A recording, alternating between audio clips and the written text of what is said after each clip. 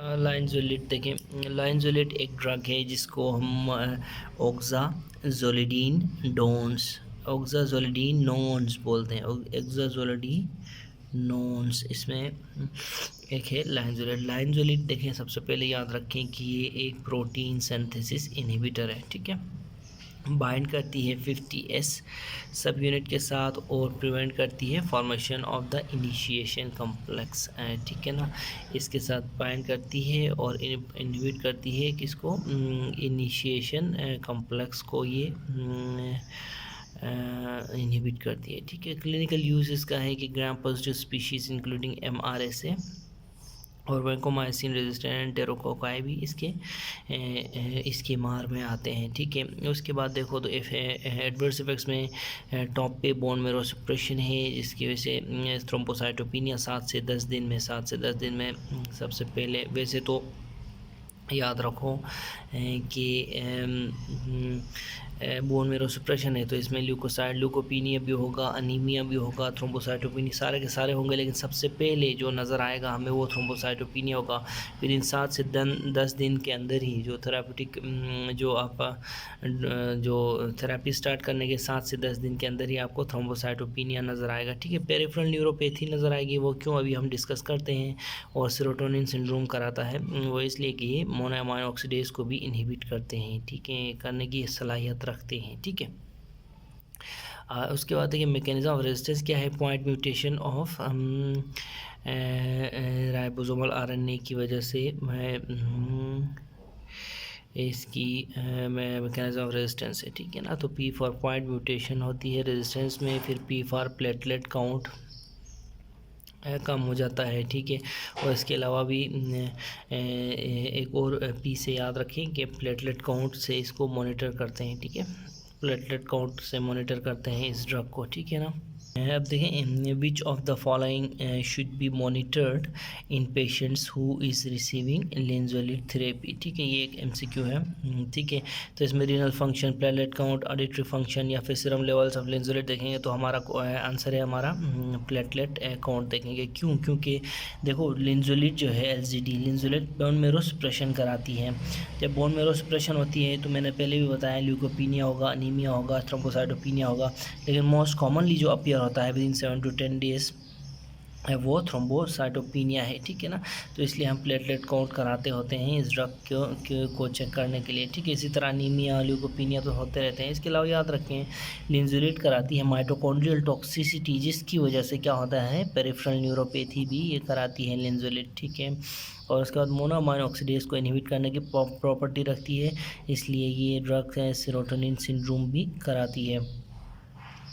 Serotonin syndrome इसीलिए जो अक्सर जो जितने जो सुसरीज वगैरह के साथ लिंजोलिड हम अवॉइड करते हैं या कॉशन के साथ देते हैं, ठीक है ना। ठीक है ना। अच्छा, अब यहाँ पे देखें सीरम लेवल्स हम क्यों नहीं चेक करते इस केस में। देखें सीरम लेवल्स हम किसी भी ड्रग की सीरम लेवल्स हम उस वक्त चेक करते हैं जब दो काम हो, ठीक है। एक तो उस ड्रग का थेरेप्यूटिक इंडेक्स नैरो हो और दूसरा हमारे पास कोई और सोर्स ना हो इफेक्ट ऑफ ड्रग मायर करने का, ठीक है ना। If we can not measure effect in any other way then we do serum levels of the drugs, ठीक है। फॉर एग्जांपल अमाइनोग्लाइकोसाइड के केस में हम देखें सीरम लेवल्स करते हैं, ठीक है। अमाइनोग्लाइकोसाइड के केस में सीरम लेवल्स करते हैं और आपको पता है aminoglycosides auditory toxicity, renal toxicity कराती है, तो और उसको हम मायर करने का कोई और सोर्स भी नहीं है, इसलिए हम ये अमाइनोग्लाइकोसाइड्स के केस में सीरम लेवल्स करते हैं, नॉट इन केस ऑफ लिंजोलिड, ठीक है। लिंजोलिड के केस में तो हम दूसरी चीज़ें हम देख सकते हैं आसानी से और ड्रग के इफेक्ट को मेजर कर सकते हैं, इसलिए हमें ज़रूरत नहीं पड़ती सीरम लेवल्स करने की। सीरम लेवल्स एक और ड्रग भी है वैंकोमाइसिन, याद है, जिसके केस में हम करते थे, ठीक है। तो अब हम रिपीट करते हैं लाइनजोलिड को। सबसे पहला पॉइंट जो है लाइनजोलिड,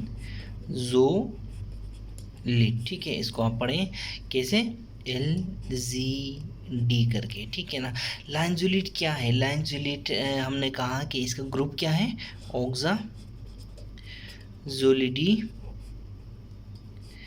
जोलिडीनोन्स। इसका ब्रॉड जो है ग्रुप है ना वो linezolid is an is one of the oxazolidinones, इस तरह आप बोलेंगे। ठीक है ना। अब क्या है कि इसका मैकेनिज्म ऑफ एक्शन, सबसे पहले ये इनहिबिट करती है, लाइंजुलेट क्या करती है, एलजीडी क्या करती है, इनहिबिट करती है बैक्टीरियल प्रोटीन सिंथेसिस को। ठीक है, एक पॉइंट।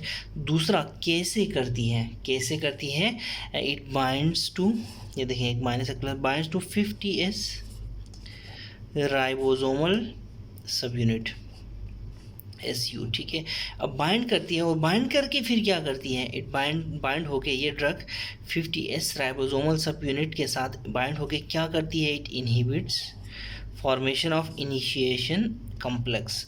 ठीक है, तो ये आपने याद रखना है। ठीक है, उसके बाद देखें एक क्लिनिकल यूज़ क्या है लाइंजुलेट का, ग्राम पॉजिटिव बैक्टीरिया। ठीक है, उनमें से स्पेशली कौन सा, मेथिलिसिलिन रेजिस्टेंट स्टेफिलोकोकस ऑरियस, और कौन सा, वैंकोमाइसिन रेजिस्टेंट एंटेरोकोकस, इनको भी ये टारगेट करती है।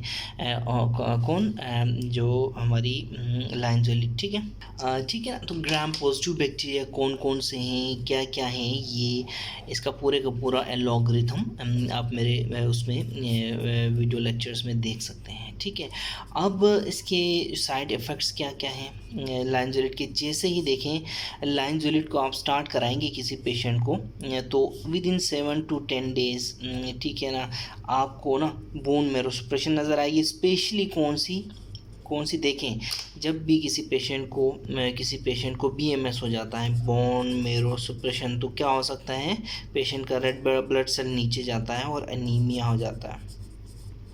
ठीक है ना, फिर क्या होता है, फिर पेशेंट का जो वाइट ब्लड सेल नीचे जाता है और ल्यूकोपीनिया होता है, वाइट सेल काउंट डिक्रीज होता है। ठीक है ना, ल्यूकोपीनिया हो जाता है। फिर जो प्लेटलेट्स डिक्रीज हो जाते हैं, जिसको हम क्या कहते हैं, थ्रोम्बोसाइटोपिनिया। तो क्या होता है कि जब आप लाइंजुलेट स्टार्ट कराते हैं किसी पेशेंट को, 7 से 10 दिन में आपको थ्रोम्बोसाइटोपिनिया नज़र आना शुरू हो जाता है। थ्रोम्बोसाइटोपिनिया स्टार्ट हो जाता है, और यही थ्रोम्बोसाइटोपिनिया है, याद रखें, ये बहुत बड़ा MCQ बता रहा हूँ आपको, कि यही थ्रोम्बोसाइटोपिनिया है जिसके थ्रू हम जो है लाइंजुलेट के लेवल्स देखते हैं। ठीक है ना, हम सीरम लाइंजुलेट लेवल्स नहीं कराते हैं, हम थ्रोम्बोसाइटोपिनिया चेक करते हैं, डायरेक्ट प्लेटलेट काउंट चेक करते हैं। ठीक है, थ्रोम्बोसाइटोपिनिया। फिर नेक्स्ट साइड इफ़ेक्ट क्या है, पेरिफेरल न्यूरोपैथी होती है, पेरिफेरल न्यूरोपैथी। फिर उसके बाद क्या हो सकता है, सीरोटोनिन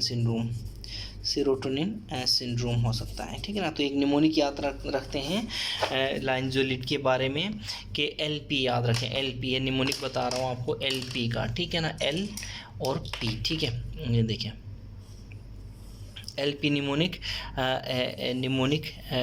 ठीक है, L से लाइंजुलेट।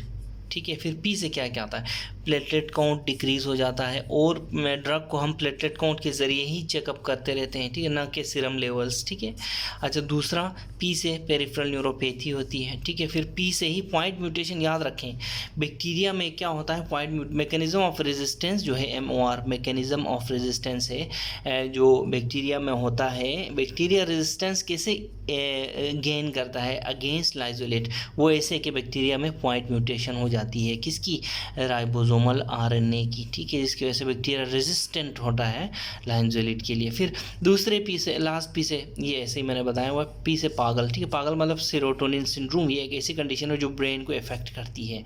ठीक है, तो ये LP याद रखना है आपने लाइंजुलेट के लिए। ठीक है, अच्छा देखें, यहाँ पे एक टर्म है सीरोटोनिन सिंड्रोम जो है, ये एक ऐसी कंडीशन है जिसमें जो सीरोटोनिन लेवल्स जो होते हैं ना बॉडी में, सीरोटोनिन लेवल्स बढ़ जाते हैं। ठीक है ना, बढ़ जाते हैं। ये क्यों बढ़ते हैं, क्योंकि जो लाइंजुलेट है ना, ये इनहिबिट करती है, किसको इनहिबिट करती है, हमारे उसमें प्रीसाइनेप्टिक वेसिकल में एक एंजाइम होता है, मोनोएमाइन ऑक्सीडेज।